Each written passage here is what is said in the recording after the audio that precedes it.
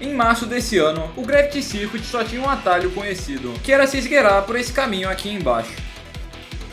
Isso é bem mais rápido comparando com a volta inteira que normalmente precisa dar. Nisso, os speedrunners estavam até brincando que, como eles só conheciam um skip, a estratégia nem precisava de um nome. É só chamar de o skip que vão conseguir entender onde é. Só que o Mateado disse, isso até alguém descobrir como ignorar as portas da Warehouse. E é a partir daqui que a cornice começa. Esse lugar que o cara mencionou são essas 4 portas trancadas. A ideia é passar por esses 4 portais, onde cada um te leva para uma área com a chave no final, e cada chave abre uma porta. Daí se descobrir uma forma de ignorar isso, daria para salvar coisa de 40 a 45 segundos no timer interno do jogo. Daí, apesar dessa porta receber dano, ela resiste a qualquer ataque. É como se a gente fosse a calvície e as portas fossem os folículos capilares de uma pessoa que faz os tratamentos com a Manual, que é a patrocinadora desse vídeo. A Manual oferece tratamentos para calvície através de um atendimento personalizado. Primeiro, você responde um questionário para a equipe clínica avaliar o seu caso, e com ela você pode tirar qualquer tipo de dúvida, como por exemplo, perguntar sobre os possíveis efeitos colaterais. Caso recomendado, o tratamento será produzido por uma farmácia credenciada que possui a autorização da Anvisa, e o produto será enviado com frete grátis. Além disso, você possui acompanhamento clínico pelo WhatsApp durante todo o processo. E como a Manual opera de forma online, você não precisa esperar para marcar uma consulta numa clínica ou se deslocar para buscar os medicamentos nas farmácias. Além disso tudo, a Manual está na campanha do mês dos namorados até o final de junho, garantindo 40% de desconto no primeiro pedido e uma bag exclusiva, que você pode aproveitar e dar de presente para o seu parceiro ou parceira. Caso tenha interesse, só acessar o primeiro link na descrição ou ler o QR Code que está aparecendo aí na tela. Mas enfim, voltando para a situação das portas, é importante falar o que é o Gravity Circuit. Ele é um jogo inspirado em Mega Man que lançou em 2023, só que ao invés de tiro você fica dando murro. Também tem um gancho para agarrar a parede ao arremessar os inimigos, tem a rasteira do Mega Man clássico, e ao bater nos bichos essa barra vai enchendo até te dar um bloco de energia. Com ele você consegue usar uma habilidade. Eu gostei tanto desse jogo que depois de zerar do Mega Man 1 ao 11, X1 ao X8 e 01 ao 04, ele foi o jogo estilo Mega Man que eu mais gostei. Tanto que vou evitar dar spoiler para caso queira jogar ele depois. Mas enfim, voltando pra cá, até existia uma ideia de estratégia para usar nessas portas. Seguinte, no jogo dá para comprar upgrades passivos. Um deles é o Cat Block. Ele serve para pegar bloco. Mentira, ele remove o empurrão que você recebe ao tomar dano.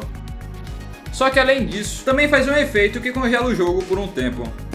Nisso, o speedrunner Revere descobriu que se ficarmos numa área de só um bloco de altura, se você tomar um dano enquanto dá uma rasteira, o jogo vai dar aquela congelada na tela. Nesse momento dá pra usar uma habilidade. Isso buga e faz seu boneco ficar em pé dentro da parede. Aí é o seguinte, geralmente quando bugamos dentro de uma parede num jogo de plataforma, você costuma ser empurrado até sair dela. Porém aqui é diferente. Então primeiro vamos entender como que funciona a lógica de colisão do Gravity Circuit. De forma resumida, pro desenvolvedor criar as fases do jogo, primeiro ele coloca o gráfico do cenário através de blocos e depois um script gera retângulos para determinar a colisão. Colisão essa que você normalmente não consegue atravessar. Essa solução de criar retângulos é interessante porque agrupar vários blocos em só um retângulo é mais leve para o seu computador processar comparado com a colisão para cada bloco do chão. Daí ao bugar e entrar de forma não intencional numa colisão dessa, ao invés de ser empurrado, o jogo desativa a colisão que você bugou. E assim que você sai dela, a colisão volta ao normal. Então, por exemplo, a área de colisão dessa parede é mais ou menos esse retângulo aqui. Ao fazer o bug de entrar na parede, você consegue acessar essa área inteira. Mas nessa fase aqui não conseguimos nada útil com esse glitch. Porém, se fosse possível bugar a colisão desse teto, e se a colisão dessa parede fosse algo mais ou menos assim, seria possível andar por cima e ignorar completamente as 4 portas. Problema é que aqui não tem esse espaço de um bloco. Só que aí o Machiado mencionou a ideia de usar suporte platform, uma habilidade que cria plataformas no ar. Dessa forma você até consegue forçar a existência de um espaço de um bloco. Porém, como não tem nenhum inimigo aqui, não daria para tomar dano e ativar o glitch.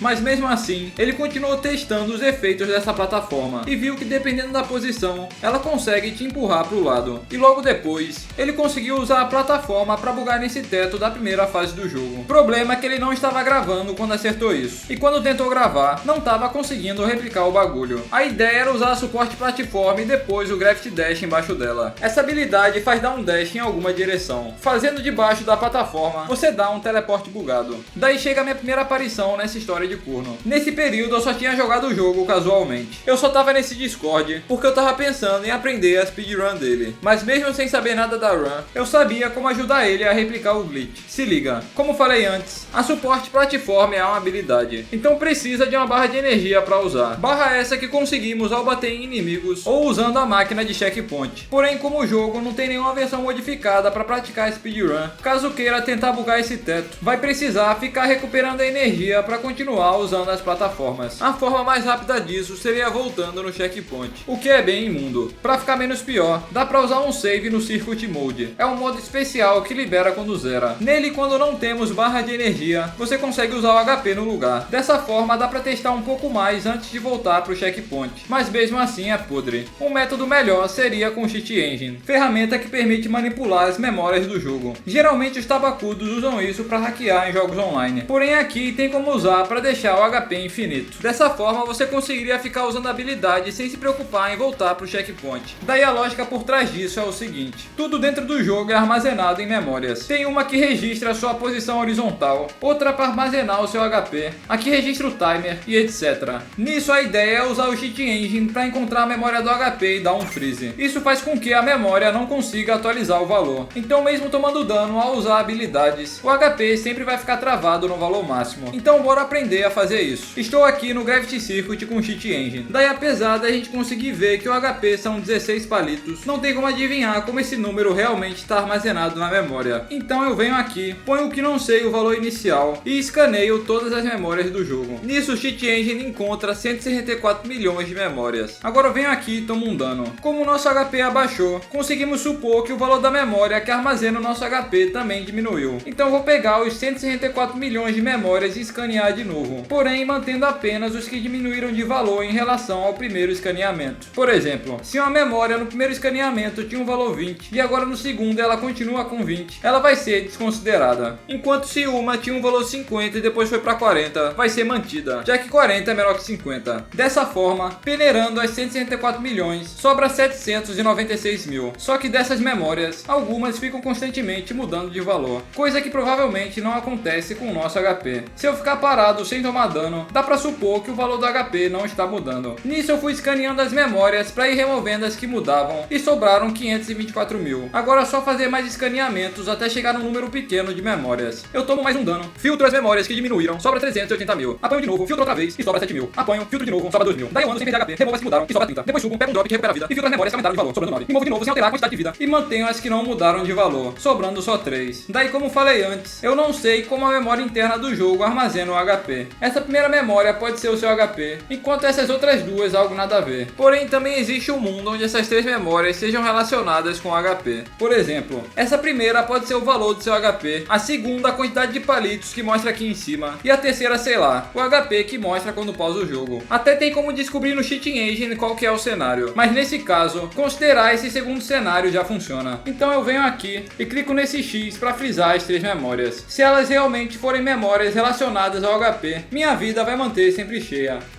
E a habilidade tenta baixar o HP, mas o freeze do Cheat Engine não deixa. Então agora dá pra ficar aqui usando essa habilidade infinitamente. Massa que esse método do Cheat Engine funciona em outros jogos. Tipo, sei lá, também consegui usar esse método pra ficar com munição infinita no Metal Slug 3. Nisso eu fui lá e ensinei o cara a configurar o Cheat Engine pra fazer isso. Daí ele finalmente consegue demonstrar o glitch em vídeo.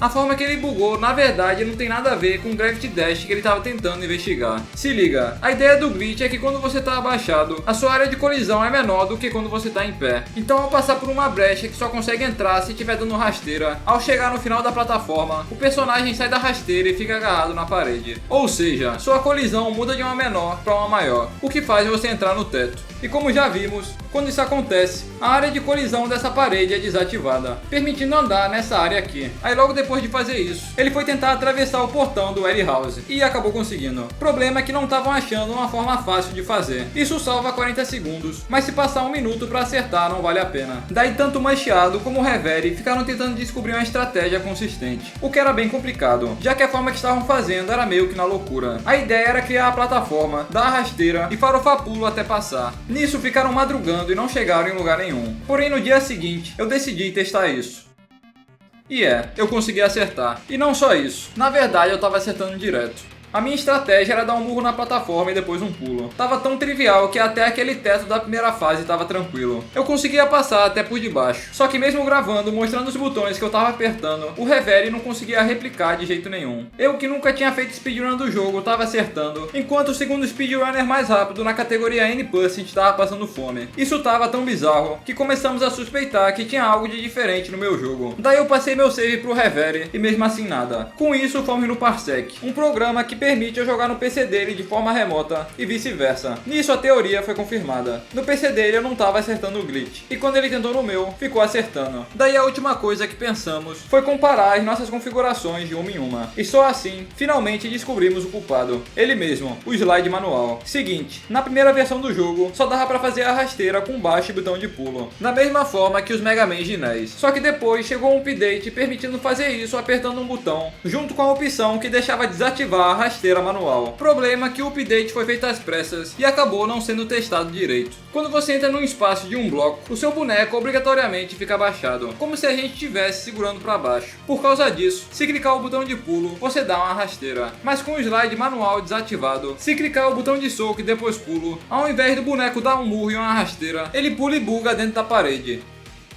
Aqui é a mesma coisa. O meu slide manual estava desligado. Nisso, ao pular, eu bugava no teto sem muito esforço. Sabendo disso, agora qualquer pessoa casualmente consegue fazer esse trick. E aí chega a questão. Por que eu tava com essa opção desativada? Então, eu até cheguei a praticar speedrun no começo do jogo. Nisso, ao configurar os meus controles, eu desativei o slide manual, porque eu imaginei que isso faria eu ficar dando rasteira sem querer. Então, eu ter conseguido ajudar o Reverie nisso foi completamente na cagada. Se eu ficasse com preguiça de testar, já que já tinha gente mais experiente que eu analisando o glitch, talvez eles demorariam um pouco mais para chegar nessa conclusão. Nisso, com essa estratégia descoberta, o Reverie conseguiu o recorde mundial na categoria N%. Mesmo com alguns erros consideráveis, como a estratégia salva em torno de 40 segundos, ele foi 4 segundos mais rápido que o recorde anterior do Takuda. Porém, um mês depois, Ai, mano, miséria. ele criou um rombo de 1 minuto e 8 segundos. Só que o título desse vídeo tá meio zoado. Eu descobri um glitch de speedrun. Pelo que falei aqui, não foi literalmente eu que descobri o bagulho. O Machado e Reverie foram os que realmente provaram a teoria do glitch. Eu botei esse título porque na verdade a história não acaba aqui. Quando eu tava praticando a speedrun da fase do trem, eu sem querer buguei e atravessei esse caminhão flutuante. Testando mais um pouco, eu vi que eu precisava só abaixar e pular. A ideia é parecida com a suporte platform, porém eu achei estranho que funcionava mesmo estando bem longe do teto. Descobrindo isso, eu mandei lá no server do jogo. Aí o Machado comentou: isso é interessante, mas não vai permitir atalhos novos, ao menos que a gente consiga fazer em qualquer lugar, porque nisso daria pra bugar esse teto sem a suporte platform. Lendo isso, eu automaticamente pensei em usar para atravessar as portas. Problema é que o teto daqui é muito mais alto que do trem, só que aí eu lembrei de um bagulho. Mais pra frente na fase do trem, eu comecei a praticar esse checkpoint.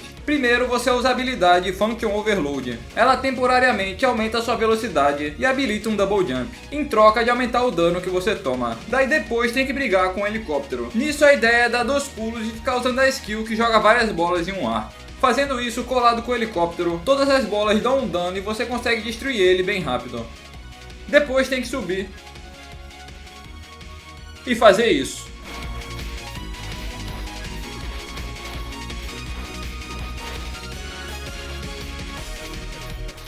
Para essa parte do carrinho funcionar, você não pode estar com Function Overload ativo. Mas como deu pra ver, normalmente isso não é um problema porque a skill já tá acabando quando chegamos aqui. Só que se ficarmos voltando no checkpoint para praticar essa parte, o helicóptero não reaparece. Por causa disso, você chega aqui em cima mais cedo e precisa ficar um tempo esperando o Function Overload acabar. Daí enquanto eu esperava, às vezes batia a loucura e eu começava a apertar o botão de pulo e soco aleatoriamente. Nisso eu percebi que o boneco fazia um bagulho meio estranho. Analisando com mais calma, eu vi que se tiver abaixado e depois segurar ao mesmo tempo o botão de pulo e soco, o seu personagem pula enquanto está abaixado. Então talvez teria como pular abaixado e ficar em pé no ar para bugar no teto. Conseguir fazer isso sem a suporte platform seria útil porque não ia precisar perder tempo comprando a habilidade. Porém ao testar aqui, eu vi que mesmo assim não dava altura. Eu só conseguia bugar o teto quando pulava em cima dessa plataforma de checkpoint, não chegando em lugar nenhum. Porém se eu entrasse nesse portal e pegasse a chave daqui, daria para atravessar as portas por debaixo do chão. Testando mais um pouco, eu vi que fazer isso pulando na parede é mais consistente. E um pouco mais tarde, percebi que se usar o Function Overload para habilitar o Double Jump, o clipe dava certo.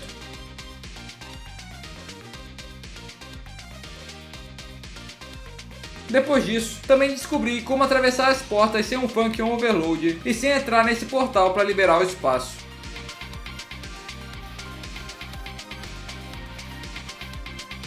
Você encosta na plataforma, aí se pular e dar um toque pra direita, você consegue subir nela. Daí com o mesmo glitch, dá pra entrar um pouco nesse teto e ignorar o teleporte. O bom dessa estratégia é que funciona na Speedrun Minimalist, categoria no qual só pode usar o que vem desbloqueado como padrão, incluindo essa única habilidade aqui. Interessante que logo depois de postar isso, o Reverie achou um jeito mais simples, é só fazer direto da esquerda. E foi assim que essas portas foram completamente azucrinadas. Interessante como o glitch pode ser usado em outros lugares. Por exemplo, ao invés de dar essa volta inteira, dá pra só atravessar por baixo. O bagulho é tão bugado que até caga a transição da câmera. Então é capaz de ainda existir outras aplicações no qual esse glitch é útil. Importante saber que nem sempre você consegue atravessar muita coisa, porque como eu disse, tudo depende da área de colisão da parede que estamos bugando. E lembrando que eu só tive condições de descobrir isso porque o jogo não é muito conhecido. Em jogos tipo Mega Man, além de ser muito mais velho, a quantidade de gente que competiu a série é muito maior. Então se tiver uma ideia de glitch nele, é muito provável que alguém já testou. E além disso, lá talvez tenha gente com conhecimento nos códigos internos do jogo. O próprio Zelda Link to the Past mesmo. O nível que os caras conseguiram quebrar o jogo é uma coisa de outro mundo. Mas enfim, sobre o Gravity Circuit, essa foi a cornice. Caso você tenha interesse no jogo, dá pra encontrar ele na Steam. No momento que eu tô postando o vídeo, ele tá com a promoção de 50%.